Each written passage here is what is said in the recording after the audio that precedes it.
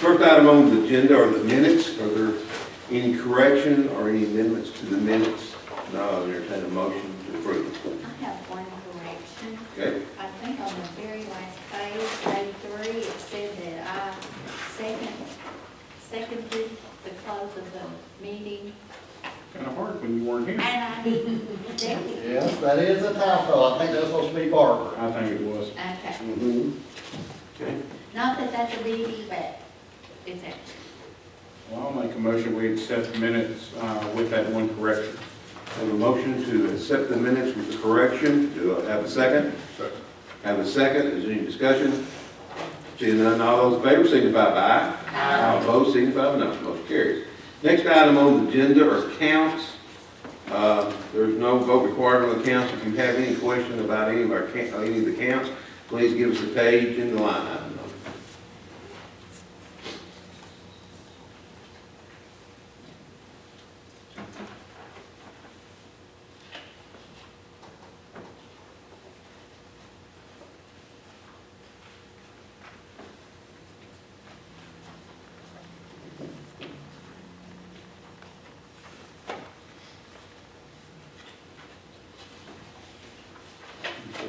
Okay. Next item on the agenda is delegations.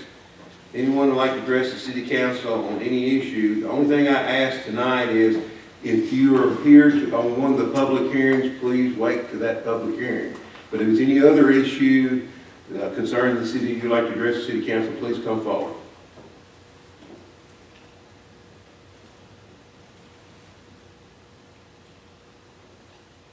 Okay. First item on our agenda is item D. We're going to hold a public hearing to discuss the city's intent to submit an application for fiscal year 2023 Community Development Block Grant, becomes DDBG grants, to identify community needs on how to fund, these funds can be used. I'll ask if Melissa Davis from Southwest Development District, who administers our grants and helps us get our grants, will come forward and we'll address this grant. Okay, I'm Melissa Davis with the Development District, and this public hearing is to get community input on a community development block grant that the city can apply for. It's funded through HUD, and they fund things such as community revitalization projects, community centers, libraries, road projects, your public health and safety, which is your fire, your police department, water and sewer projects.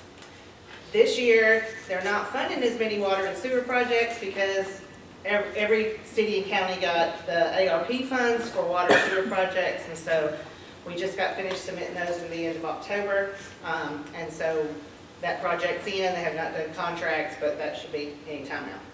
So we submitted a CDBG for the city last year, and it was not funded. And so this is either to resubmit the same application or talk about projects that you feel would be more beneficial for the city. The one area, for the last, I was talking to the fire chief, we lost points in our project need, which is trying to help the most amount of people for the least amount of money, and our cost per person was too high. It was $141 per LMI person, and so we either need to try to get that down, which, to get that down, you have two choices. You can ask for a lower amount, or we can get more target area surveys. I think you have 5,000 homes in your service area, and we're only required to submit 330-something surveys, which we did. But if we could get more and get the persons up and the cost down, that would help our application. We scored well in everything else. The project need, essentialness, that type of thing, but that was the one area where we were hurting. We got out of 50. Nope. So when you say, I'm sorry, just. You go ahead, please. When you say interviews or applicant, what did you say we need to get more of? Oh, the target area surveys, which are the income surveys. Okay. This grant, as you know, 51% of the population has to be low to moderate income to be able to apply for this. And you do that by either your census, for 51% automatic, or you do target area surveying, which is going door to door or making phone calls and asking what the the home's finances are for the year. And we've got all that. The problem is, on those surveys, the persons that we have, it's only showing that, we had too many, we just had like, I think there was, I forgot what the exact total was, but the impact, out of the 50,000, there was 5,038 persons, 2,070 households, and out of those persons, we only got, it was $141 a person for the low to moderate people. Yeah, And so we need to get that down. we had more participation that day. Yeah, and we can add 2 surveys. We have, the applications aren't due till April 14th, this cycle. And so we have time to get more surveying. If we can get more surveys in and still keep that 51% low to moderate, then it just helps our cost per person. Because from what I understand, it may be more expensive this year for the truck than it was last year. And you can apply for up to $420,000. Last year, we requested $343,000 with a match of $63,000 for a total of $424,000. And that still had our cost per person at $141.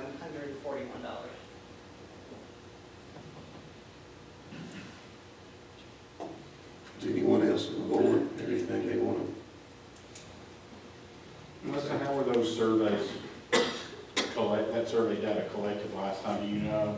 The fire department had a crew go out and go door to door doing the survey. I remember them showing up in the dark at my house, didn't know anybody was coming around, that kind of got folks' attention in my neighborhood. Yeah. I do remember that. I think if we go forward, we're going to utilize the Text My Gov app and sort of shoot that out to whoever may be signed up to it, let them know we're coming out, so. And maybe let them know, we're not just trying to find out their income. This is for a grant that's gonna help us better serve them. I don't like to answer those questions either, if I'm not really sure. I know, some communities have put it out on Facebook, be prepared, we're doing this and what it's for. Yeah. Some have the surveys in an envelope, here, fill it out, put it back in the envelope, and I've gotten boxes full of envelopes before because I'm the only one that sees them anyway. They go in the grant file, Casey puts them back for 5 years when we're awarded. I gave him a list of the addresses that were surveyed last year, so he does not need to go, they don't have to go there, so now it's just looking on there and seeing what streets you didn't hit.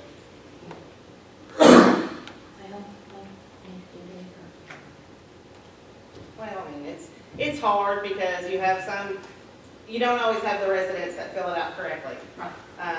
And I can understand, there's 3 columns, and the last thing you want to do is, put that you make what your actual income is. Some people don't want to do that. Yeah. So they'll put high income, and as soon as they put high income, well, it doesn't help. Yeah. to? Did anybody that's in the audience have anything they'd like to address on this public hearing? And this will be just for y'all to decide if you want to resubmit with changes what we submitted last time. If not, at this time, I'll close the public hearing on our community block grant, on item D, and go to the next one.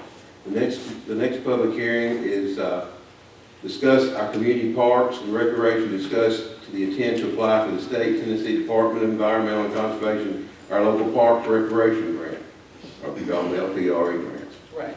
Melissa? These grants are for all things recreation. They had a cycle in 2020, but the only way you could apply is if you had a master plan. There was lots of communities that did not have a master plan, and so they had a whole lot of funds left over. So this year, usually, they have a max amount of how much funds they have. This year, you can apply for whatever you want to. If you have the 50% match, you can apply for a $10 million park project. It's whatever. So the minimum is $20,000, but there is no maximum. And so this doesn't happen very often. And so anything recreation. Y'all have a master plan, you have all the things in place. Now it's just a matter of deciding what's your budget and what are we applying for. And I think Joni's here and she's got some ideas, so got a plan. We worked on a master plan, but we're open. I know we're open to, The problem is we have to stay in that master plan. yeah, but if Well, as long as your master plan is a living document, you can make changes to it, but they do require it on the application. Now, we do a pre-application that's due February 15th, and if we have all the required documents, then we get moved to the full application. And so, on the February 15th, there's not as much that is due, except for, you know, your project scope and your matching funds and a letter from the mayor saying that you have your matching funds, and then you have to do a component plan. And so before the 15th, we just need to know exactly what we're applying for.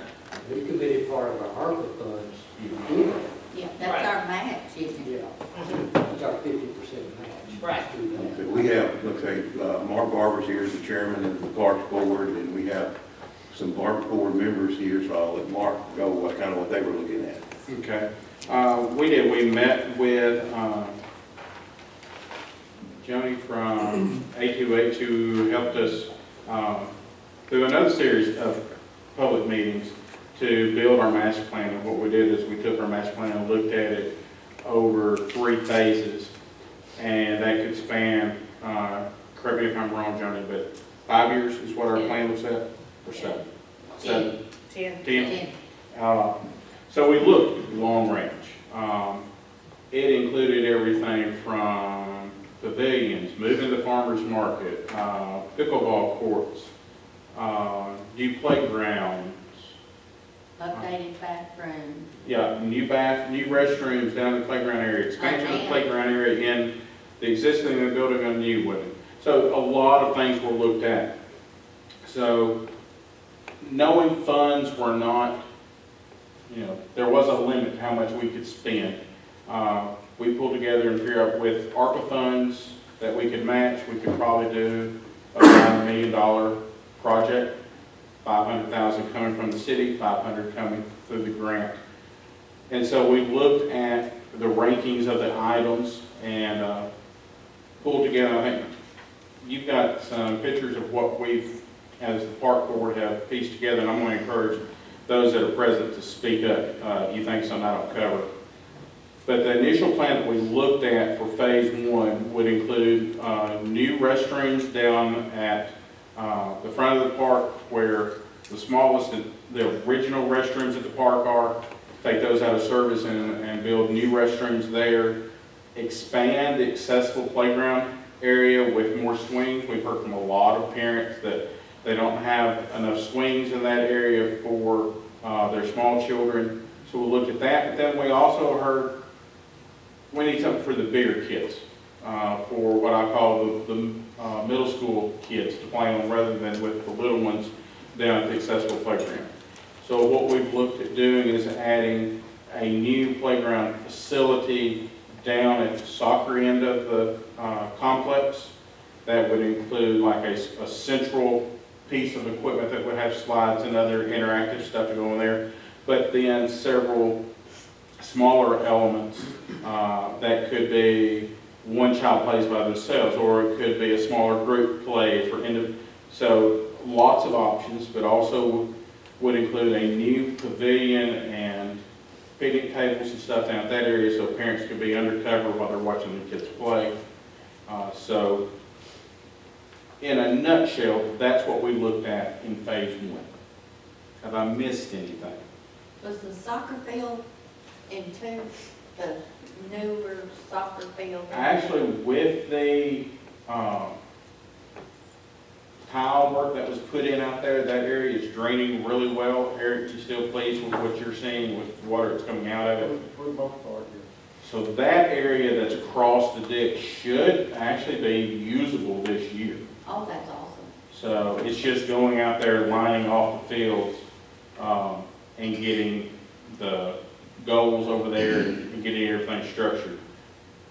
You can pretty much play wherever you got enough land for it. So there's plenty of land across that ditch area. That Right. anything that we take out because of putting the playground in, there's plenty of real estate there that's already flat and prepared that they could use. You're not taking any, what are you taking out? We're taking up some of the areas that soccer's on. Soccer didn't get put in, I mean, that's not anything that got put in with the grant, was it? No, it's just reallocated space, it's already there. We did some tile work, we had flooding problems across the ditch, well, hill water. Yeah. And we did some things to help that, to give us a little bigger area there, that's what we've been working on. No meetings for being lost. Oh, good. No, no. You know what I'm saying? I know what you're fixing to say, I know we got. We're only doing more. Yeah, good, Yeah, good guy. yeah, nothing's being taken away, it's on And expansion. put an amphitheater in too? That's in the That's in the mid-range. mid-range or longer, but yeah, amphitheater, Not in this space. not in this space, it's another $1 million. Is there anything else that I said park board member, we had a couple of, is there anything else we didn't have that Mark didn't bring up? That pretty much ate up the whole amount. I think the bathroom is gonna be a huge cost, but from my understanding, the bathroom is gonna be tornado rated. We have no, really truly, but we have no area down there for anybody, shelter area, and these are made that way, so there's the bathroom is kind of what kind of, it's a modular. I'm sorry. Go ahead. You're the expert on that. It's a prefabricated structure that's built out of CMU walls, but I guess there's some additional reinforcement that's with that. It's a concrete wall, modular system that they bring in on a skid. So it's pretty well built. You get your utilities in there and they just come and bring it in. What's the So do you have a size? cost estimate on this whole thing? What's the size of that building? It's men's and women's, and It is, let me see if the dimensions are on this. 26 by 10. 26. There are 2 stalls per gender. Okay. And there's an additional rear closet that your service utilities are in, hot water heater. And the intent is to put this on the opposite side of the ditch, closer to the handicap playground. Right. Now, that may require a sewer pump to get it back to the sewer on the other side of the ditch, we understand that. But we've got a lot of complaints over the years of why the bathroom's so far from the kids' playground. Exactly. And so this is gonna put it basically right next to the accessible playground. Well, my In brother the existing bathroom is where our equipment is that runs our cameras down there. Will there be a place for that? No, The we're gonna intent do is to that. repurpose the bathrooms, So they'll stay where they're at? they'll stay where they're at. Building's not going anywhere, but the use of it will change. I think we're gonna use one half for soccer storage and one other half for Eric's storage. And then, of course, here's the stuff we got to put cameras in the security system. Can you do that thing? Is anybody else here who'd like to address us on our park grant? Well, the public hearing is still open. Okay, The only other requirement is someone has to go and present this to 2 civic organizations before we submit the full application. You have to have 2 civic groups, you have to be on their agenda, and then you have to submit the meeting minutes where they approve the project, so. We'll have no problem marking our vote Lions on Club, Lions yeah. Club. Yeah, it doesn't matter, but I just need it You're before probably the senior full. citizens. Yeah. We're running short on civic clubs. That's what I say, because we've lost We enough, lost so. 10 We have no Rotary, now we've lost 7 towns. Yeah. So, What do they qualify as a civic club? They just said civic groups. Civic And, group. and of course, something from the park board too, that this is something. They did not specify civic, they just said civic, so. It used to be, it was part of the application, but if you didn't do it, whatever, now it's required, so. of course, you could even do the Chamber of Commerce. You can do Yeah. anybody. Yeah, we could do that. Do the chamber. If that would count, we can do that in a couple of weeks. Yeah, just as Okay. many, even if you do more than 2, that's fine. Yeah, because we'll have Lions Club on the 6th, and so we can 6th of present it there, so we February. can get those two without any trouble. Okay, that'll be fine. And then I'll just have to, before I submit, then we're going to have a letter about the matching funds. Okay. And knowing that they need plans and specs and stuff if it goes to court. Melissa, if you'll shoot me an email, just kind of, here's what I need from those meetings, just to prompt, me, Okay. so I know what to get. I'm old and forgetful now. and anyone else want to, if they would like to add to this public hearing before I close it? Okay, at this time I'll close the public hearing. And we'll go to our next item on the agenda, is item F. Mr. Matt Woods is here from ATA along with our auditors.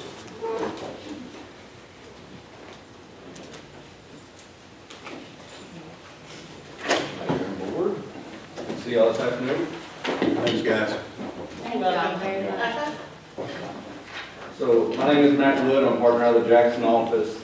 Worked on the audit for several years. I'll try to make it short and sweet, which is what you want, I believe, the audit report to be. First, it is an unmodified opinion, which means it's a clean audit opinion, free of any material misstatement or any evidence of fraud. For anything that we looked over, looked through this year through all of our testing. You also had a single audit performed related to the ARPA funds. You are the first one, even in the state of Tennessee. Jim and I had a conversation last week. I won't say all the words I've said over the past month or two to them, but there's a lot of lack of experience going around, I guess, related to these ARPA funds, because you claimed a loss of governmental funds, which is the right thing to do. It basically creates a standard allowance, but yet and still, at the end of 2024, or whenever the period of performance ends, they're still going to kind of look for what we spent funds on, et cetera. And so there's just pieces along the way that don't make any sense to me, but yet and still somebody's looking for how we spent funds or how we plan to spend funds in the future. So lots of interesting things, but just to say, that testing, that audit piece also came back clean, so no issues there. It's an extra letter in the back of the financial statements, 2 pages that just says exactly that. A few other things just to point out, we did have $1.15 million in federal grant expenditures. 940 some odd thousand of that is the ARPA funds. We did have positive changes. I'm going to go some pages here in just a moment. We did have positive changes in every single fund balance and net position. That's not extremely important because debt service funds are used to pay down debt. There are other state street aid funds that are used to maintain streets, etc. But it is a good thing to have a positive fund balance in that position and also a positive change in those in the current year. General fund budget was great this year. We budgeted a $1.85 million deficit due to grant projects and other things that were going on. The actual reality of the year ended at $1.33 million over budget in revenues and $1.96 million under budget in expenditures. So we had some grants that kind of pieced their way other ways. TDOT multimodal was heavily budgeted for and did not happen as much in the current year, so a few items there. If you look at page 9 with me, I'm just going to flip through a few pages and show you some of the more important items for the year. So this is part of the management's discussion analysis. This is if it's a one-stop shop in the financial statements to look at when you don't want to read 100 and some odd pages of an audit report. This is where you look. It compares last year to this year, shows some of the highlights of what's going on. I just would point you toward the general fund budgetary highlights there. You can see 5 bullet points. Those are really the items that significantly were different than what we budgeted for. I believe they're all positive here. There is general legislative capital outlay expenditures. We're over budget, but that doesn't matter. Your budget is a fund level budget, so even if an department or an area gets over budget related to a capital outlay item, it doesn't require an audit finding or really an adjustment overall there. Look over a page with me, page 10. As stated, this is performed by management. This is not a piece of the audit that is performed by us. That kind of lays out some idea of what the ARPA funding was going to be used for over time. As stated, it can be used for a broad swath of things. Obviously, it was very restrictive day one when they released the funds, and I think they figured out that was going to restrict the use and it wasn't going to better the communities it was given to. So some interesting reading. I know this board knows all this. You come up with it. You're a part of every bit of it. But if you're looking at one part of the financial statements to kind of see where the city of Henderson's headed financially, I think those are good paragraphs and pages to look at. All right, if you flick with me to page 12, we'll actually look at a few numbers here.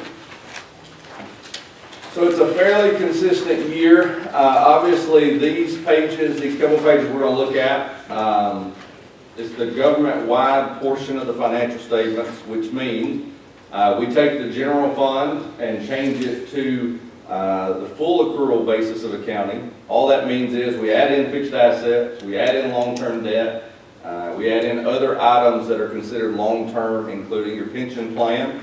That is the most significant change this year, and I'll explain why in just a moment. You can see in the middle of page 12, you see the line net pension asset. The city as a whole has a net pension asset of $2.20 million, significantly higher and different than any other year that's happened. Quickly, I can say it will be closer to break even going forward. How this works, and I explained it to the board last year, but I don't expect everybody to be adept on pension. It's not a conversation we have every single day. But this looks backward. So 2.20 million is presented in this financial statement, but it is really where the net pension asset was as of June 30, 2021, and related to the investments of 2021. The stock market was a whole lot different at June 30, 2021 than it is at June 30, 22. A page I will show you in a few moments will show that the state's investments at the end of 2021 made 18% on about $11 or $12 million. So you can imagine that helped the pension liability quite a bit. You will see that the state's pension investments as of 22 were about a negative 14 or 15%. So you can imagine what that does to a pension liability. So it will be closer to break even, closer to what I believe you had a $200,000 asset last year. That is closer to where it will be than $2 million, but I'll show you some of how that gets affected through the financial statements here. Flip over one page, on page 13. Huge new number in the middle of the page there, pension-related deferred inflows of resources, 1.97 million. So when I state that the investments made closer to 20% in 21, instead of just hitting the net income, hitting the income statement for every bit of that gain and that change, those changes are actually amortized over the next 5 years. So this 1.97 million in the middle of this page is actually that investment gain in 2021 going to be divided by 5, and you're going to realize that over the next 5 years. Okay, so imagine it like a deferred revenue, a deferred income that you may have heard other places in the past. That's what that is, and it's what it will be going forward. If you want to flip over to page 15, quickly highlight the governmental funds. Nothing really specific to say outside of unassigned fund balance in the general funds at 4.3 million. That's a great number. Obviously that would include taxes receivable of 1 million. I said it aboard years ago, not this one, but the most poor a city is, unfortunately, is the time and period whenever we are presenting the financial statements, because we don't start collecting taxes until the fall, and we've spent up most of the taxes for the year. So while we have $4.3 million of unassigned fund balance, 1 million of that is obviously made up of taxes we're about to start receiving here in the coming months after that, but are already deemed receivable because they are based on the tax roll of a few months before that.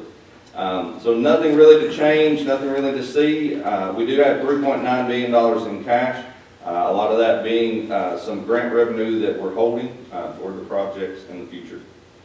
Page 20. Again, a few different things on the proprietary funds here. We do have the pension-related deferred inflows. Again, $500,000 or so total between these two funds. Again, we've got positive net position in every single category.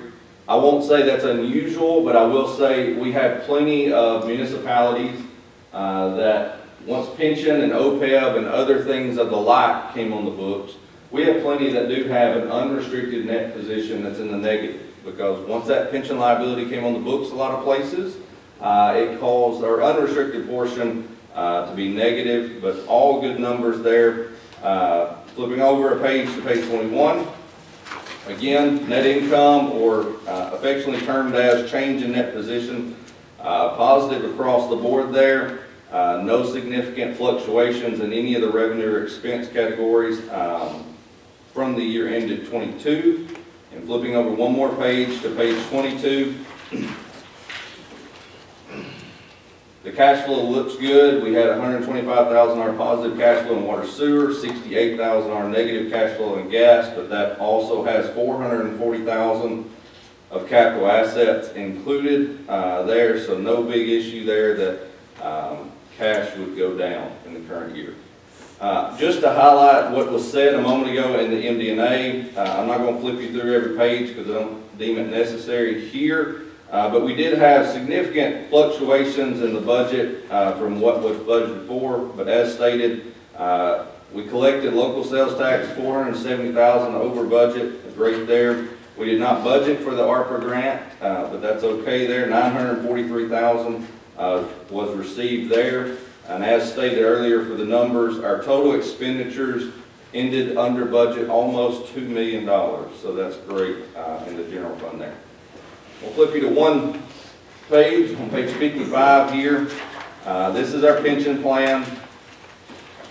We're getting toward the 10-year mark. This is 8 years presented since pension plans came on the books.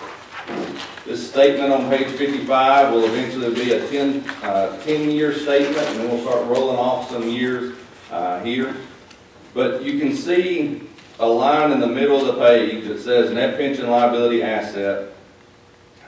We started at $776,000 of a liability in 2014, fluctuated up and down a little bit there, and you can see how much of an outlier our 2.20 million looks like, okay? That is across the board in the state of Tennessee, those involved in the TCRS pension plan. I will say that other states did not do as well investment-wise as the state of Tennessee did. We do work in many of our surrounding states, and the same success was not had as the state of Tennessee had in the investments.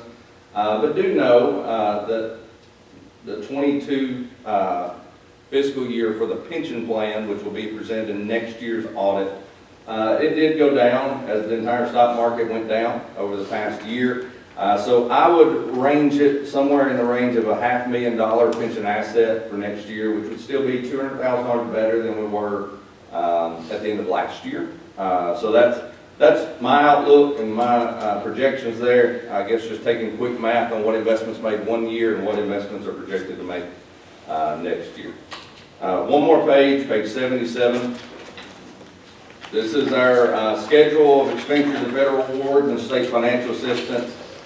It's the conversations you've had already here tonight. It's how most communities are able to build up and build out, I guess, many extra things and necessary things inside a community. You can see the ARPA funds in the middle of the page, $943,000, a recreation trails program of $200,000. As stated, all those tests came back fine. We had no internal control findings this year. And also, we would have the opportunity to communicate to management, to this board, any items that we felt like were deemed necessary not to include in the audit as an internal control issue, but might strengthen one area, and we've got nothing to communicate that way. So thankful to Jim, Alicia, the entire team for helping us through all of that. Happy to answer any questions anybody has. Anyone have any questions on our audit?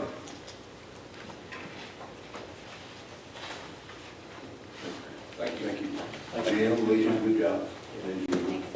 And also, good job to the department heads for staying in their budget. Even Tim Crow back here, I think, trying to stay in his budget. The signing sheet, I don't know what they got Okay. there. The signing sheets we were we got, passing okay. around. Can y'all go ahead and keep those moving around if you can, Lisa? Okay, next item on the agenda is item G, consider passage of an ordinance on the final reading, amending the personnel policy to reflect the change made in the fire chief's position, converting it to the 40-hour per week schedule. You know, we did this, Jim, I'm going to go over it. As you know, the board had approved to change the fire chief's position to a 40-hour department head type position. Several changes had to be made to the personnel policy to reflect those changes. Y'all passed it on the first reading, the ordinance last month. So this will be the final reading of this ordinance. I'll be happy to answer any questions, but I think y'all already understand what we're doing here. So with that, I'll turn it back over to y'all. I make a motion to accept this ordinance to amend the municipal code regarding the fire chief's work schedule. Have a motion to accept the ordinance on the final reading. Do I have a second? Second. Have a second. Any discussion on the ordinance? Seeing none, roll call vote, please. Mr. Phelps? Yes. Mr. Barber? Yes. Mr. Smith? Yes. Ms. Butler? Yes. Mr. Rhodes? Yes. Mr. Manning? Yes. All voted in favor. Ordinance passes. Next item on the agenda is item 8, consider action on proposed ordinance to amend the municipal zoning ordinance in order to permit solar power facilities within the residential commercial districts as used permitting only in fields. I'll let Brent kind of go and synopsis that before I open up the public hearing. Okay. We, at the Plan Commission, had this discussion starting, I think, in September of last year. September, November, and December, we looked at this and kind of hashed it out, looked at some amendments to it, and came up with this, what you see before you as far as to allow solar power in the city, in the municipal limit. We already have something, I believe, in the region, and we wanted to make sure that we were covered in the city in case anybody came along and was looking to put in this type of facility, either in the city or just outside the city limits. So no one has, we're just preparing, correct? We've had some people discuss that with us, but nobody has submitted any plans or requests. And as you can see here, this is going to be as a use permitted on appeal. So they would have to bring the site plan showing what they're doing and present that to the Board of Zoning Appeals. The Board of Zoning Appeals would look at that, and based on what the regulations are here, would try to make sure that that was done up to what our requirements are. At this time, I'd like to open the public hearing on the proposed ordinance. Is anyone in the audience would like to voice their opinion pro or con on this ordinance? Okay, at this time, I close the public hearing and turn it over to the city council. I'd like, I'm sorry. I know that there were 2 or 3 things that the planning commission looked at, the size of the acreage that you had to have in order to put the solar in. Also, some fencing around it. I think we settled on 8 feet, I believe. 8 feet tall, get this. And then the last thing was being sure that there was some kind of funded decommissioning plan, so that should they go out, there'd be something in place, we had the funds to see about disposing of the solar panels. And I do see that there is some decommissioning that you do outline in here. Yes, I But think it that was, just so happens in you two, and I think Snookum, you were here at Kate Wally's talk the other day. And it's really lucky for us that he came, and that's one of the things they're discussing on the state level, because they're discussing it at the federal level, and that's the decommissioning, because they're having real issues. And I know he said that solar panel waste is full of heavy metals, silver, lead, arsenic, and cadmium. And the lead and the cadmium do leach out into groundwater.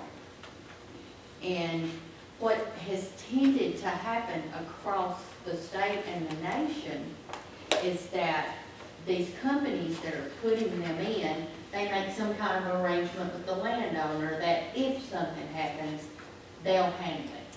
But what's in reality happening, they're not following through. They're going out of business. Maybe they sold it to somebody else who didn't agree to do it. It's a big mess. So one of the things how it's supposed to be disposed of is that you take out the precious metals, the silver or whatever they want out of it. There's brass in there too. And it's supposed to be burnt in a cement oven, so to speak. And then those ashes then have to be exposed up as hazardous waste. But in reality, what's happening to the landowners, they're getting stuck with all of these solar panels in the solar farm, and they don't know how to dispose of it. Some of the companies that are saying they're going to dispose of it are shipping it overseas and polluting the countrysides there as well as the waters, or they're just leaving it to the city and the counties to, in their landfills.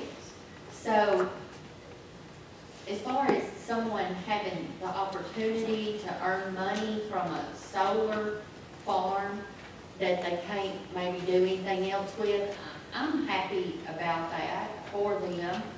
But I just think we really maybe need to work through Page Wally and see any caveats that he is saying that the state is gonna, looking at putting in place because the federals are gonna put something in place. I just don't want some of our citizens strapped with this expensive waste that we, and I just think we need to really make sure that part is covered. I think, what I've been told from our state, or our planner, local planner, is that this kind of mirrors the state of Tennessee's recommendations at this time. Of course, it's like any other state of Tennessee document, it will change if you wait long enough. So we feel like we would rather have something in place as to have nothing in place. I think the fear that the planning commission, if we don't do anything, we don't put something in place, that's the reason we're going mirroring off the state, is we'll have this, and when somebody put this in, and we got it. Right. And I think this is the reason we decided to go ahead, with the planner advised us to go ahead and get something on the books to deal with it. And then and like I say, as it changed, it will be tweaked. If the state comes out and they change the law, we'll be tweaking because we have to tweak it because the state changed the law. State law will trump ours. We'll trump ours, whatever the state does will trump us, we'll go with that. But we needed something in place to protect us. One of the things that was in the original template had something about them making some regular deposits or something to build up the funds, to be able to dispose of it. We did away with that option. It's not in there anymore. They have to have bonds or. I thought it was in there.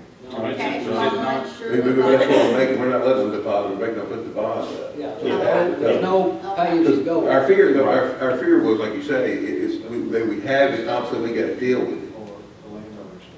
The landowners, or the city and the county.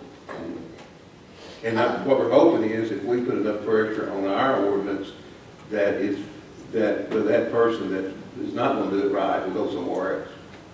And I hate to say it, he'll go to that place that doesn't have an ordinance in place, and that's where he'll set it up. And that's kind of what we were trying to do here. Has, our city planner, he put this together. Absolutely. Okay. Do you know if, and he says this is what the state is currently using. That was his words exactly. Okay. Well, Page Wally said last Friday, this was not sufficient. That's why they were gonna be working on All we can do is, it.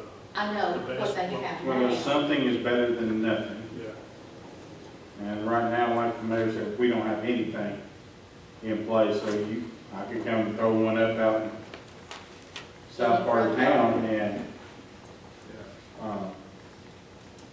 I think at least this is a very good starting place for this ordinance, and I believe in the end, it will come back and be amended as the state amends, figures out what they're going to do, Could we ask that we review this again, say in 6 months, just to make sure that we are continuing to mirror, because who knows what the state's gonna do? I think we could try to stay up on that every 6 months or every year, at least look at it. I would hope that we pay our planner would walk in 1 month meeting, say, they just passed this at the state, Yes. and we got to do that. If he does that, we'll bring it to you a lot quicker than 6 months. But if he don't, I mean, I want us to stay on top of it, because I do not want That's what we're trying to do, somebody stay on top of it. getting messed over. That's the reason That's we why have we to try got- I to. get it, I get it, I just want us to make sure that we see everything that we can. I'm sorry, it's the hazardous waste that concerns me. It's the dark side of being green, Absolutely. Well, once you get it, you got it. yeah. You lost your phone. Make a motion, we approve the ordinance. This has to have 2 readings or is? It depends on how we vote. Okay, on the first reading. Have a motion to approve the ordinance on the first reading. Do I have a second? Second. Is there any motion, I'm sorry, is there any discussion on the motion? Seeing none, roll call vote, please. Mr. Phelps? Yes. Mr. Barber? Yes. Mr. Smith? Yes. Ms. Butler? Yes. Mr. Rhodes? Yes. Mr. Maines? Yes. All voted in favor. Since it's unanimous, we can entertain a motion on the second reading. I make a motion for the second reading of the ordinance. Have a motion on the second reading. Do I have a second? Second. Have a second, Mr. Rhodes. Roll call vote, please. Mr. Phelps? Yes. Mr. Barber? Yes. Mr. Smith? Yes. Ms. Butler? Yes. Mr. Rhodes? Yes. Mr. Maines? Yes. All voted in favor. Okay, the next item on the agenda is our last public hearing. Is consider action on proposed orders to amend the municipal zoning ordinance to allow electric substations as use permitted in the commercial and industrial districts. Brent, why don't you go over before we open up public hearing? We were approached by Southwest Electric Membership Corporation, said that they needed or were looking for a place to put a substation, and they had an area that was advantageous to them because of the proximity to the TVA lines. So we got to looking at our zoning ordinance, and we kind of always thought that a utility, a public or private utility kind of had an ability to go in any zone. But for clarification, we determined that we need to put some specific wording in that would allow an electric substation in the specific zone. We had 2 packets basically to look at. One of them was more of a residential and one of them was more of a commercial and industrial. So after the Plan Commission looked at it, they felt like a more commercial or industrial area would be more suitable for an electric substation instead of in residential neighborhoods. So that is what we have presented here tonight, and basically it is going to be a use permitted in these type zones. So if somebody wants to put in this electric substation, they'll have to, if it's not zoned appropriately, they will have to look at getting it rezoned to these type of zones, or find a zone that is appropriate to put it in. Okay. This time, I'd like to open the public hearing on this ordinance. Anyone like to speak on this ordinance, pro or con, this time?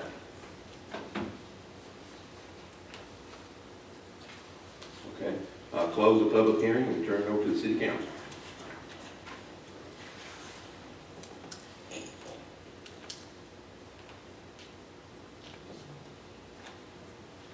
Have there been any changes since we looked at this last month?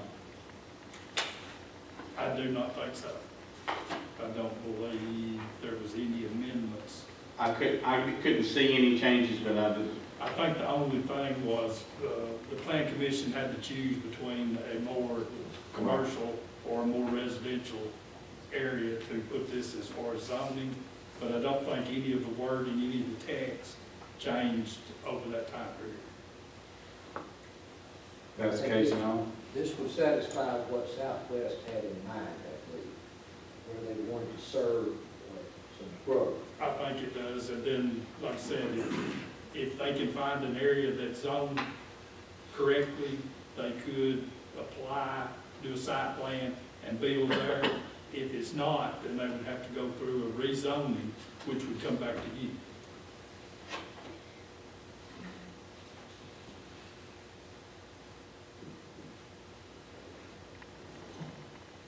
I'll approve. I'll make a motion that we accept the ordinance on the second reading.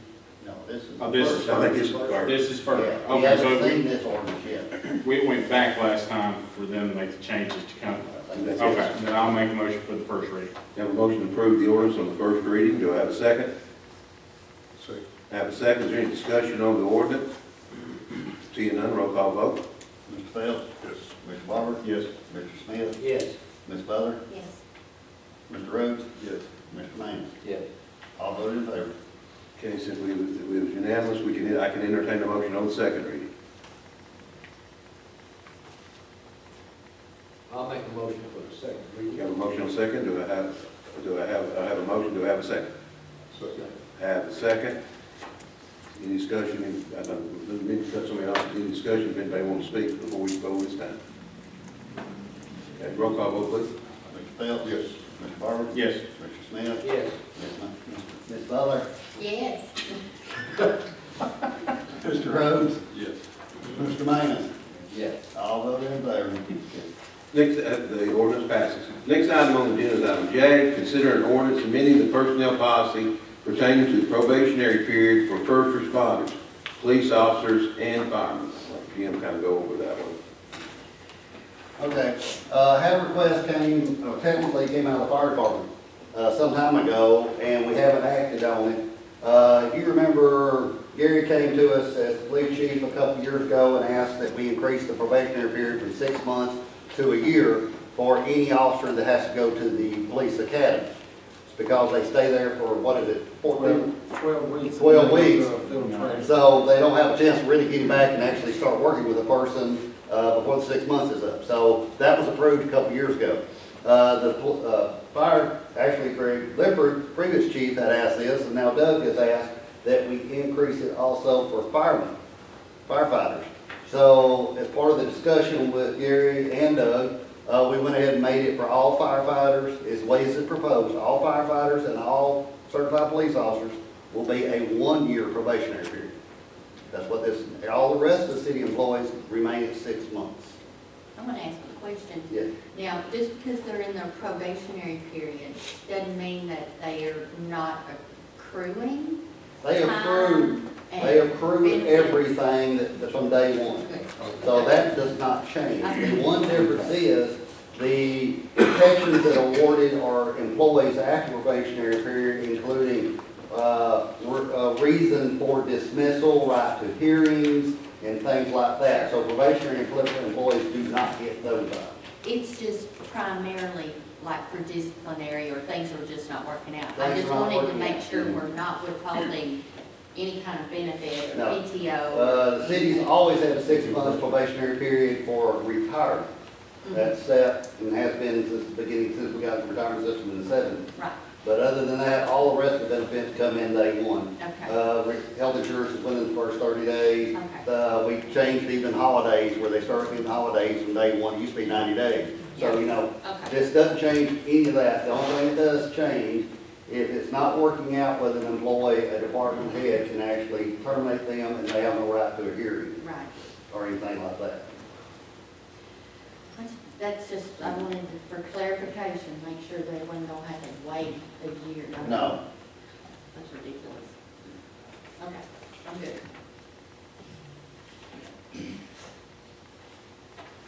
Any other questions? It's a pleasure of the board. Well, with that clarification, then I would like to make a motion to approve, to amend this motion of probation, or this ordinance of changing the probationary period for the fire department and the police department to the 12-month probationary period. I have a motion to amend the ordinance on the first reading. Do I have a second? Second. Have a second. Any discussion on the fourth amendment of the ordinance? Seeing none, roll call vote, please. Mr. Phelps? Yes. Mr. Barber? Yes. Mr. Smith? Yes. Ms. Butler? Yes, Mr. Rhodes? Yes. Mr. Manning? Yes. All voted in favor. Okay, since it's unanimous, I'll entertain a motion on the second reading. So moved. Have a motion. Do I have a second? Second. Have a second. Roll call vote, please. Mr. Phelps? Yes. Mr. Barber? Yes. Mr. Smith? Yes. Ms. Butler? yes. Mr. Rhodes? Yes. Mr. Manning? All voted in favor. The ordinance is approved. Next item on the agenda is item K. It's consider approving the mayor's recommendation to appoint Ferris Stout to the planning commission to replace Emily Johnson, who is resigning from the commission due to she's moving out of the regional planning area. She's moving. So at this time, I think I think most of us know who Ferris is. She works she's the director there at Southwest Human Resources. I think she would be a good fit to take Emily's place, and that's who I'm recommending. I make a motion that we accept Fair Stout as a new member of that committee. I have a motion to accept Ferris Stout in the planning commission. Do I have a second? Second. Second, any discussion on that motion? Seeing none, all those in favor signify by aye. Aye. All opposed signify by no. Motion carries. She will start the first February meeting. Next item on the agenda is item L, consider bids received for paving or gravel to be used by the public works until June 30th. Jim? In your packet, item L, last time in July, we only bid materials for 6 months. This time, after looking at the list of materials we bid versus what we were planning on doing, we only bid the major items. Hot mix asphalt binder, coal mix, and limestone 33C gravel. The other items, we have such a small quantity plan, we can just buy them straight off getting quotes. So, the low bid for the paving are all three Air paving. The low bid for the gravel is Shaw Concrete by 14 cents a ton. So, with your approval on Carter's recommendation, I assume he recommends the low bids for everybody. Did paving change any? Carter, it went down by what, about $10 a ton compared to what we had in. It was 156.50, it went down to 145 this time. Okay.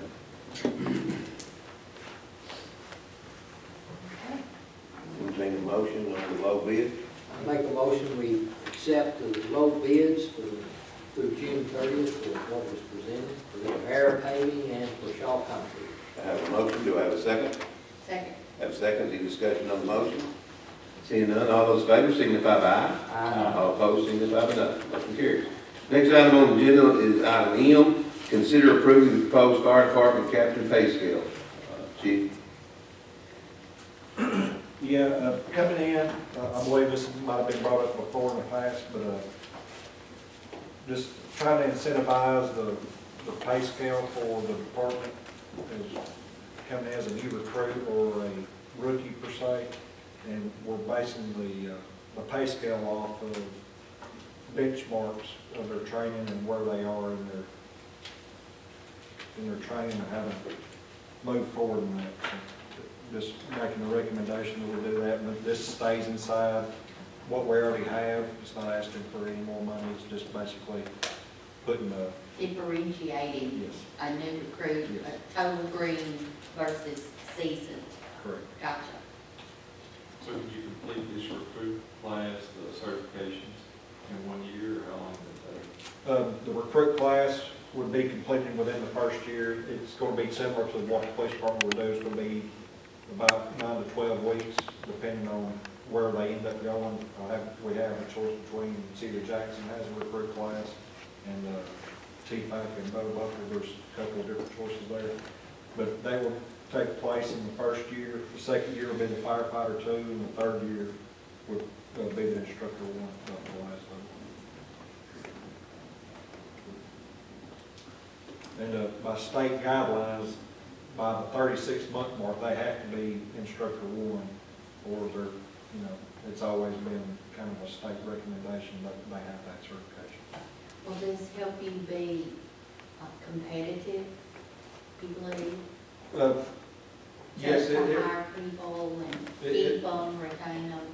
Yeah, I look forward to setting up a pay scale for incentivizing the employees to have something to shoot for instead of saying, all right, you hired, now you have to get this. So this gives them incentive to get it in a timely manner instead of just, as in the past, Wait until just sort of it's- drag and repeat. Yeah.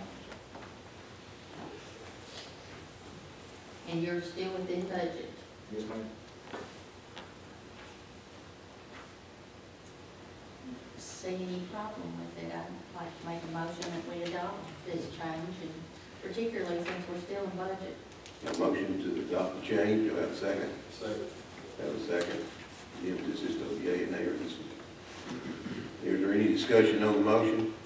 Seeing none, all those in favor, signify by saying yes. Yes. All opposed, signify by no. Motion carried. Okay, next item is item N. Consider purchase of equipment mounted hydraulic jackhammer in the utility department. We got the skid steer, a couple of years ago, and we've had money in the budget to continually buy pieces of equipment that would save time, help us do our work better.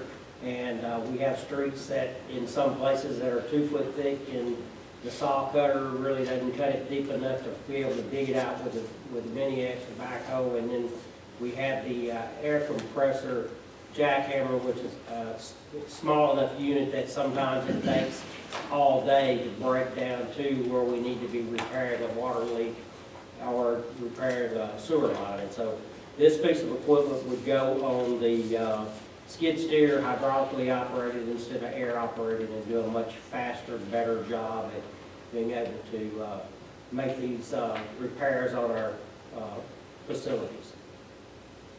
And this is in the budget. The magic words.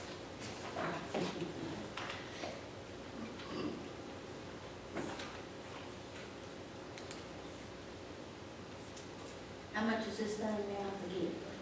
There's a sheet in your packet. 12,000, 12.4 almost, Yeah. How much?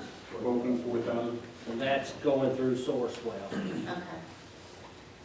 Has that got all the pieces, parts to it? It's got all the fittings that will allow it to be attached to the skid steer that we have, and it will, the flow rates and all of that as far as the hydraulics is actually sized for the particular machine we have. Okay, will they put it on and show us how to do it, or yes, that's They something y'all know? typically do.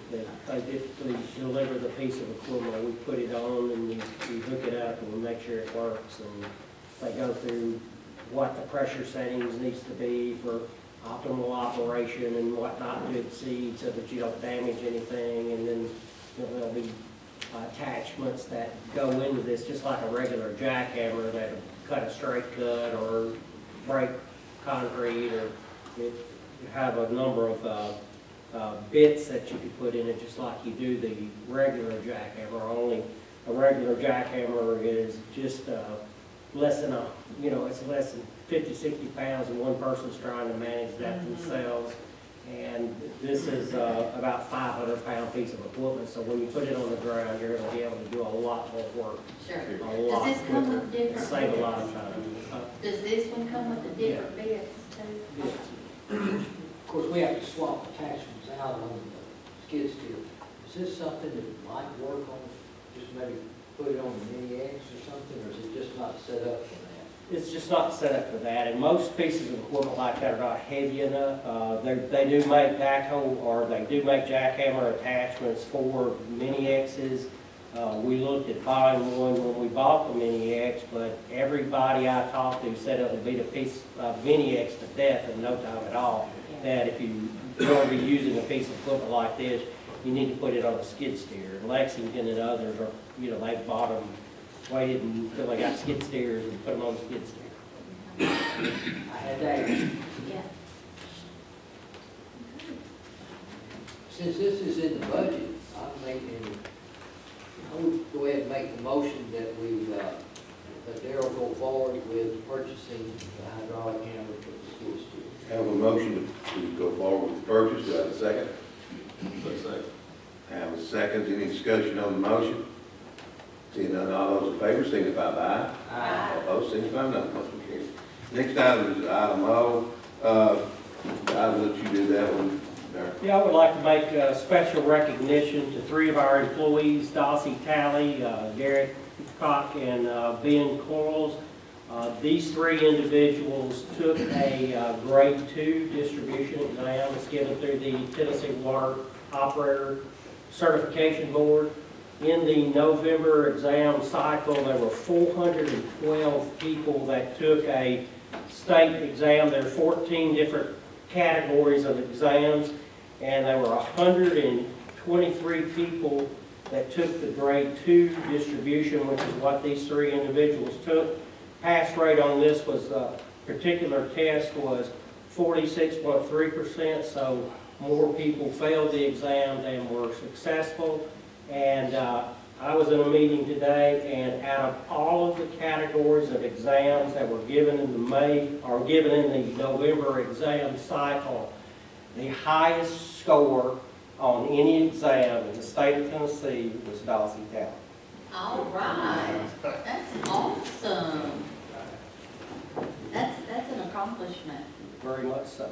Are you helping them? You trying? Providing study materials and providing good information on study habits. Yes. Well, there you go. I say it's pretty information. Thank you, there. That's Darryl, awesome. Darryl, you do good work on it too. We appreciate your work helping us guys. Okay, next item is, item P, is other business. We would like to get together, Jim, the last week of January, or first week, what is it? It sort of splits, the last day or two of January and the first 3 days of February. Yeah, we'd like to get together with y'all in a work session for about a few reasons. One is the going over this building and the work doing on this building. We should have things, reports on the windows, the full report on the windows by then, so you get that information. We're also like to sit down with y'all and do a little different one before we start our budget, is let y'all voice y'all's opinion on where you think the budget ought to go this year. Instead of kind of waiting until you see what the department head do, we'd like to get some direction from y'all and then give that to the department head before they start doing their budgets this year. So what day, Jim, are you looking at? Well, normally we try to do meetings either on Monday, Tuesday, or Thursday. So it would either be Monday's January 30th, Tuesday would be the 31st, Thursday would be February the 2nd. So. Monday or Tuesday are best for me. I can make it Thursday work, whatever the rest of the group can do. Anybody got dates they just cannot be here? Thursday, the 2nd. Second. I'm good with that. How about the 31st, because he said it works better for him. Can you do Monday or Tuesday that week? 30th or 31st? How about the 31st, it's the Tuesday. I'm good with that. Okay. I am 31st. And y'all want to do it usually about 5 o'clock when we do them? Yeah, you go Vegas. Yes, I'll see. I'll make sure everybody's I'm there. tired of Jim's coming been to Vegas. I sleeping. can't get a sandwich. We, one time we didn't feed you. What Never time? did. 5? And we'll Mine's be, good. Jason, can you be here by then? Yes, sir, if I can, I'll let you know. You're the one that's normally has a little trouble getting here some days. like I said, but seriously though, the issues, I like y'all to sit there and ponder what y'all think you really want to see the budget, where you want us, the department heads maybe to look at this year before we do that. And also, like I say, we should have information dealing with these windows and things here. So we'll hope, like I say, we will be here very much. So the 31st at 5 or 5:30? 5, what was it, I believe it was? Yeah, 5 is what we talked about. Okay. 5 o'clock. And we will make sure we have something. So if you have a special request, We're not sure, and we'll meet somewhere. It may be in here. we might be meeting here, or somewhere. We may run this table here. We'll figure something out. We don't know what construction's gonna be here, but construction is moving on pretty quick. Matter of fact, I wrote up with the guy in charge on the elevator and asked him how it's going. He said they're ahead of schedule a little bit, That's so awesome. they're moving pretty good. That's unusual. Gary? Our 2 Explorers, our March Explorers that's going on the street are here. I think we've got them built. I think they're done, right? And we've got, we're just waiting on the decals, but hopefully we'll have them at the department ready to put in service tomorrow, hopefully. Also, last month I went here and Captain Stewart sat in for me, and he told you about the Violent Crime Initiative grant that we applied for the Governor Lee's money. That was a formula, I think Keith asked me earlier about it, but it's a formula that the state came up with. And Melissa Davis, she's already left, but she's doing that for us, and everything seems to be on track for that. That's all I have. No, sir. I didn't have it. Yeah, I've got three things. I submitted an annual report for last year for the fire department. I don't know if y'all ever had one of them in the past, but we worked on that and got it to you. The next to last page, as you can see, it shows about 51% of the calls are false alarm calls. It's just a benchmark to show you guys, and we're going to be very diligent to try to cut some of these false alarms down. That's just a new nuisance to everybody. So, next thing is AFG grant opened up January 9th. It's a FEMA grant. The city of Henderson could ask for up to $1 million with a 5% match. There's a lot of data that goes into this, and me being here such a short time, I don't have that data ready. So I was going to try to shoot for a micro grant, which is $50,000 and under. Was going to ask for probably some miscellaneous tools, nozzles, maybe a piece of extra caching equipment, something to stay underneath that threshold of $50,000, which is called a micro grant. Be more likely to be awarded something in a micro grant area. So I was just basically asking the board for permission and if it was okay for us to go ahead and apply for Sir, that. match? Be 5%, so $2,500 if we were awarded the full $50,000. Stuff we're gonna buy anyway. Yeah. so- Correct. Yeah, I think go ahead with that. Yes. Also, the AMG has a, So need to be a motion. It wouldn't hurt to have a motion. Okay. I make a motion, we move ahead with the micro grant for the fire department. Have a motion, do we have a second? Second. Have a second, any discussion? Seeing none, all those in favor, signify by aye. All opposed, signify by no. Motion carries. AFG also has within the same program a vehicle acquisition portion of it. I just don't think it's advantageous for us right now to try to apply for that. If the board is wanting me to do that, I don't have any problem. We'll go ahead and submit one for a vehicle acquisition. It's not going to hurt, it's not going to cost us anything. The data that we need, it's just not sufficient right now. But I'd be more than happy to submit one if the board so please. What kind of vehicle, for a regular truck or a Be fire truck? a fire engine, yes, ma'am. Oh, So we're, round upward of $550,000 to replace a fire engine right now. That's just a regular cab, plain Jane fire truck that would, fit in the basin of here at Station 2. good. And so it just plain simple, nothing fancy, no bells, no whistles, nothing. So But you don't think we need that right now, or what did you say, you don't think it's? yes, I think we do need it. I don't think it'd be advantageous for us to apply for it. We won't get to the peer review process because I just don't have the data to supply to them yet. How often does this grant? Every year. Okay. So, So just delay it a year, it's still our goal is to put a truck down. We definitely want to have one here. Of course, the CDBG grant is for that truck also. Yes, that's true. And we are going to be applying for it based Okay. on everything. So you might could get it on that one, if you don't, then we'll apply this year for this one, we've got options. Yes. Okay. Good, thank you. I just want to let y'all know that. The last thing I have, January 9th was Lorenzo's Black first day. I brought him to the board meeting tonight. If you would stand, I just wanted to introduce him to the board and the mayor. Lorenzo Black has been in the community for some time. I think he was born and raised in Milan, Gibson County, correct? Okay, but he's a very intelligent person, very mild-mannered, and shows great leadership skills. So he's going to be a great asset to the fire department in the city of Henderson. I know him personally, he made a very good selection. You made a great hire. I just want to Thank introduce you him. very much. Thank you guys, appreciate it. Thank you. And I just had a note that I was going to mention to you tonight. I love your graphs. I look at a glance, that's what I like, it's so easy. I don't have to pick out all the info.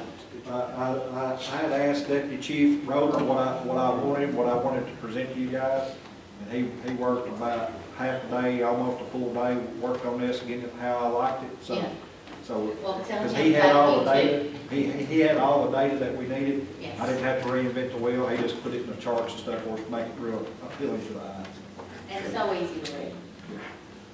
Carter, I don't have anything. Jim? I do want to mention we're having the second public hearing on the city park grant on Wednesday, the January 18th at 1:00 p.m. We're required by law to have two different public hearings. One we did tonight, so there will be a second one that day. And it's sort of a moving target where that will be. It'll be at City Hall somewhere. But that's also ended up being court day. And so, depending on what's going on, we'll figure out a place we can have it. Yeah, maybe in the mayor's office. Yep. Yeah, or in the downtown lobby, or, down the stairs lobby or something. I don't know. We'll have a place for it. Yeah, we'll have a place for it. It'll be 1:00. On the 18th. And we already mentioned the building construction did get started on the 3rd as planned. They are moving forward. Some days, if you all want to walk through, some days during the daylight, right now there's not electricity in a lot of the buildings, so where they're working, so it's not capable of walking through tonight. But if you want to walk through sometime, stop by and see me and I'll walk you around. Or Mayor will, or Brent will, or whoever. Anything else, Jim? Jerry? No, sir. And Alicia? Michael? Okay, couple of things. What is the status on our multimodal? Still in a holding pattern? Is it kind of like a hotel? It's worse than a hotel. Okay. I think it works, really. But anyway. Works for me. Anyway, multimodal, don't know why the TDOT can't get this moved, or TLM, or a combination of both. We are pushing them hard every time we turn around. Right now, we're in a right-of-way phase with TDOT, even though there is no right-of-way required that's not already on the state right-of-way. So we don't really know why right-of-way is taking so long. We have finally finished the utility coordination and got that part of it done. The original project was supposed to be going to be a long time ago, and they asked for an extension on that part, but they said the finish date was supposed to be the end of March. We haven't even gone to bid yet, or got approval to go to bid, so Is there a deadline? they, As of when this has to? take everybody place? says, the state says, oh, don't worry about it. It's no big deal. We'll have to apply for another extension, and here we go again. What, we've been going on this one 4 years? 4 years. Yeah, at least. Yes. And we haven't even got approval to go to, the final plans are supposed to be at TDOT for review. They're supposed to be finishing up right away. Got a thing back today saying they submitted the last pay request for $2,000. The only thing we pay is engineering fees. Yeah. And have nothing to show for it. They got it submitted wrong, so it's gotta be resubmitted again, because it wasn't split out, the right-of-way wasn't split out from the design. So it's gotta be submitted 2 different invoices instead of just one for the $2,000, so it's just constantly something. But, you know, as soon as they get put something on my desk from either side, TDOT or TLM, it goes right back out the same day. So It's we're not, doing everything we can. Now, hold up on the city of Henderson side. Bob said in the last week they had the legislative, I think I told some of y'all from the meeting start, we had the legislative conference, the legislative luncheon. They had the TDOT commissioner there, and they were talking about the complaint about projects and how long projects take and how long their projects take. And he said an average project takes 15 years. That's about a road project. A road project takes, they want to put a highway or change a highway or something, it's 15 years. But of that 15 years, they only allot 4 years for construction. That 11 years is to all the prep stuff they do before they start construction. And he said that was the problem. A lot of people, it's obvious it is. that's great.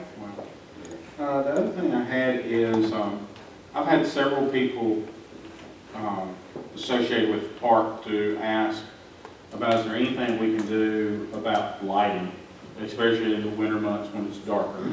They get off work and by the time they get there, it's dark. I know we're limited in what we can do easily. I drove through there the other night and it is basically just pitch black. I came back the next day and drove through in daylight. There are 5 box lights that I think soccer paid for during soccer season, and then when soccer season's over, they turn those off. Is there any possibility we could look at using those box lights that are already there to help during this part? Yeah. I don't know what the cost would be, that's the problem. I think Keith called me about this same thing, I think y'all talked. Mhm. And I didn't have time to call Southwest to figure out exactly which lights are a soccer, which ones are ours. Number one is to make sure ours are working. And ours are actually Eric working. may be able to tell me. There's been some confusion on which lights are whose and what's done, and so I will get with them and figure out exactly what kind of cost is associated with turning those on. And I'll get with the mayor, if he's okay with it, we'll try to get that done. Yeah, we are very limited based on where power is, Right. to be able, we can't light the whole walking trail. I think a lot of people complain they want to walk at night. Well, there's just, we applied for a grant to light the walking trail. We did not, that's And one we of did the not get ballards funded. around it. Yeah. And we did not get funded, because it's very cost prohibitive to do that. And of course, where there's a discussion, this time of year, the park closes at 9, so from 5 to 9, it's dark. Right. Summertime though, it's You fairly know. dark when the Right. park's supposed to be locked up. So really wintertime is when, and of course. July and August, you don't need them. Huh? July and August, you don't need You them. really don't need them, you're correct. So, it's one of those things, and of course, there's a whole lot more limited use of the park During the winter. during the winter months. It is. Except after January, everybody's got a resolution, Yeah. Yeah. And on days where it's 60 degrees, yeah. A whole lot more Yeah. people will get out there and walk. Or there were tonight, I'm sure. Yeah. Yeah. But I dare say there were some out there tonight trying to walk in I doubt the it. dark. It was rain and this wind tonight. They're more dedicated than I am. Yeah, they had to be more dedicated than that. I wouldn't be there, but The lack of power over across the ditch and stuff, but I thought, you and I talked about perhaps when they turn them on, of course, they're designed, if they are the soccer lights, they're more for the soccer field. It could be some turning perhaps to positioning. the light, yeah, to do a little bit more. I don't know if we can get much across the ditch, just based on where they're at, because they're on the edge of the parking lot there, Mark, correct me if I'm Right. wrong. They are. For the most part. The closest one is where the parking lot really tapers down to the street. There's one there that was not owned. The other option might be if we ourselves could put in a pole down at that far corner where the butterfly garden is. Yeah. Then we could put one on there and put two lights on it shining directions. I don't know. That's down the road. That could be something, I don't know if we could put into the scope of work of the park grant that we're looking at. I mean, I think that cost would be very little. It may just be something we do in-house with the equipment we've already got, if we can, so. It could light a good bit of the walk trail. And of I course, I think you don't put know two what, lights there, and it's at a 90-degree angle, so. and I don't know what the options are with Southwest, because, we put these old baby box lights, used to be about almost $30 a month per light. Yeah. Of course, now LEDs are out, and there may be a different option where we may even be able to change some of the lights out and provide different lighting And get levels. better lighting, We don't- cheaper. we'll just have to See what our options Yeah, are, see if you what our checking that out, options are, appreciate it. Yeah, well, Would there be any funds in the park budget that would maybe handle that one light and not mess with the grant?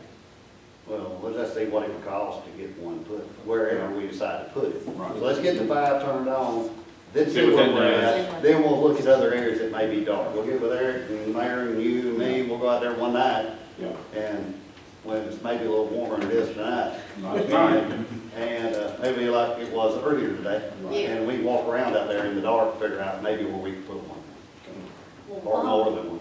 Paul Marks brought up lights, we were talking about this before the meeting. It's dark downtown. Are our lights putting out like they should, or? We have a problem in the box at the downtown park, and we're losing about half. From Crook Avenue to the overhead bridge, we're losing the big decorative lights at times. They were out again earlier tonight. I was standing down there earlier and reset the breakers and got them back on again tonight. You called me 2 weeks ago, and they were, both times was during a rain event. So we don't know if we have a short that's causing a problem based on moisture or water. Me and Eric worked back and forth on it, and we checked the photo cell, we've done several different things, but it's tripping the main control breaker that controls all the lights for that end of town. Of course, the other end is controlled by the box that's on the courthouse lawn. Yeah. But I was down there at 6:15 tonight and got them back on, because I got a text saying, it's dark downtown. It is. So you So, said you got there in time to yeah, test. Eric was coming, he was already on his way. But, you know, even when they're on, Mhm. They don't appear as bright as they were. We have 4 fixtures, I think it's 4, maybe 5, that are not working. And that may be part of it. And Delta Electric's had parts ordered, Jeff McErl, that's now with Delta Electric, had parts ordered for them. And because of the supply chain, they can't get them in. I talked to him 2 days ago when he was in this building, because Delta's doing the wiring here. Me and Jeff talked about it. He said he would follow up and find out exactly where those parts are, to get at least those 4 or 5 back working. Yeah, Now, that'll help. that's still, 4 or 5 will help, but still, it's not gonna be, Yeah, they're just dim. I hadn't noticed it myself. I'll be paying more attention. Yeah. Got a couple of things. One, Captain Black, welcome to the Henderson. Thank you. Glad you're on board. For the audit, Jim, Alicia, Diana, and the office staff, thank y'all. That's, to get a clean audit that's good. And to the department heads for not exceeding the budget, that's good too. So my compliments. I do want to mention one number, since you brought the audit back, I won't say nothing.